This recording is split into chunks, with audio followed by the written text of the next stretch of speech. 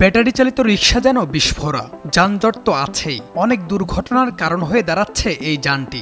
নিয়ম অমান্য করে প্রধান সড়কেও ঢুকে যাচ্ছে ব্যাটারি চালিত রিকশা।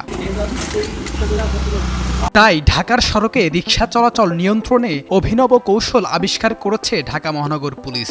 শহরের নির্দিষ্ট সড়কের প্রবেশমুখে বসানো হচ্ছে ফাঁদ, আর এই ফাঁদেই আটকে যাচ্ছে অনেক রিকশা।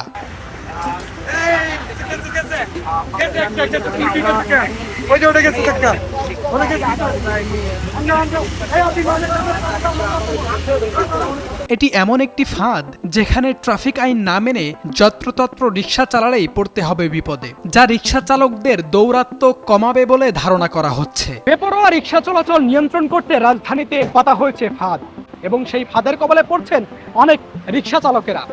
আমার সামনে যে ফাঁদটি দেখতে পাচ্ছেন এটি ফ্ল্যাপার। এই ফাঁদের কবলেই পড়ছেন অসংখ্য রিকশা চালকেরা। এই ফাঁদটি অতিক্রম করতে হলেই পড়তে হচ্ছে তাদের এই ফাঁদের কবলে। তবে অনেক রিকশা চালকেরা অভিনব কৌশল অবলম্বন করেও এই ফাঁদটি পার হতে পারছে। রাজধানীর যানজট এবং বেপরোয়া গতির রিকশা নিয়ন্ত্রণ করতেই এমন ব্যবস্থা গ্রহণ করেছে ঢাকা মহানগর পুলিশ। তবে এই ব্যবস্থাকে কিভাবে গ্রহণ করছেন রিকশা চালকেরা এবং সাধারণ মানুষ, সেটি আজকে তুলে ধরবো। রাজধানীর সেগুনবাগিচা এলাকার ব্যাটারি গলি, সেখানে গেলেই চোখে পড়ে রিকশা চলাচল নিয়ন্ত্রণ করতে স্থাপন করা হয়েছে ট্র্যাপার। দুজন ট্রাফিক পুলিশ দায়িত্বেও রয়েছেন। তবে বেপরোয়া চলাচল নিয়ন্ত্রণ করতে ফাঁদ পাতা হলেও মানছেন না অনেক রিকশা চালক। একটু কৌশল বিনিময় আনলে চাকা নষ্ট হবে না, আর এখানে একটু সিস্টেম মতো নিয়ে আসলে কোনো সমস্যা হবে না ইনশাল্লাহ। তাহলে এগুলি দিলেও আপনাদের কোনো প্রবলেম নেই ঢাকা শহরে?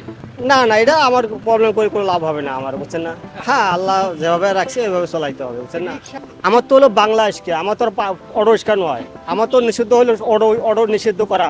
কেউ কেউ আবার ভিন্ন কৌশল অবলম্বন করে ফাঁদ পার হয়ে যাচ্ছেন। তবে রিকশা চালকেরা কেউ কেউ আবার এই পদ্ধতির প্রশংসাও করছেন। আমি তো আর বুঝি না, তো আমি লেখাপড়া জানি না তো। হ্যাঁ, এটা ভালো হয়েছে।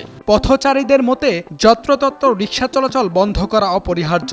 এক্ষেত্রে ট্র্যাপার স্থাপন সহ প্রয়োজনীয় ব্যবস্থা নিলে রাজধানীতে যানজট কমবে। যদি ওদেরকে আর একটু সুযোগ সুবিধা দেওয়া হয় সঠিক মতো চালানোর জন্য, তো নিয়ম করে দেওয়া হয় যে এভাবে চালাতে পারবে, তাহলে তাদের জন্য তো অবশ্যই এটা ভালো। HM Imran Hossain, news 24, Dhaka.